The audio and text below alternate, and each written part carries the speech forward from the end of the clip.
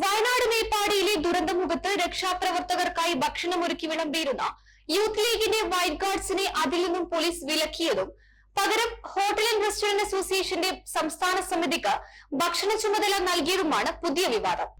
ഭക്ഷ്യസുരക്ഷയാണ് കാരണമായി മന്ത്രി മുഹമ്മദ് റിയാസ് പറയുന്നത്. ഉയർന്നു വന്ന കാര്യങ്ങളിൽ നിന്ന് ഈ ഭക്ഷണം കൊടുക്കുന്ന കാര്യത്തിൽ രക്ഷാദൌത്യത്തിൽ ഏർപ്പെടുന്നവർക്ക് നല്ല ക്വാളിറ്റി ഉറപ്പുവരുത്തുന്ന ഭക്ഷണമാണ് കൊടുക്കുന്നത്. ഭക്ഷ്യവകുപ്പിന്റെ പ്രത്യേക ടീം അത് പരിശോധിക്കുന്നുണ്ട്. ഹോട്ടൽ അസോസിയേഷനാണ് അതിൻ്റെ കാര്യങ്ങൾ ചെയ്തു പോകുന്നത്. ഓരോ സോണിലും ഇത്ര വളണ്ടിയേഴ്സ് എന്ന് കണക്കാക്കി അതിനേക്കാൾ കൂടുതൽ ഭക്ഷണമാണ് കൊടുക്കുന്നത്. ജില്ലാ കലക്ടർ നേരത്തെ തന്നെ ഇങ്ങനെ പുറത്തുനിന്നുള്ള ഭക്ഷണം ആവശ്യമില്ല എന്നുള്ള അറിയിപ്പ് നൽകിയിരുന്നു.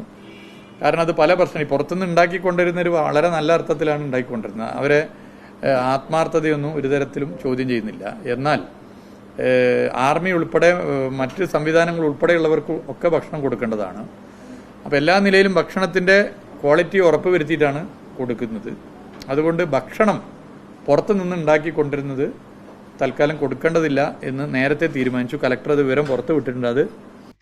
അതേസമയം ഇന്നലെ രക്ഷാപ്രവർത്തകർക്കായി വിതരണം ചെയ്ത ബ്രെഡിൽ പൂപ്പലുള്ളതായി മാധ്യമങ്ങൾ റിപ്പോർട്ട് ചെയ്തു.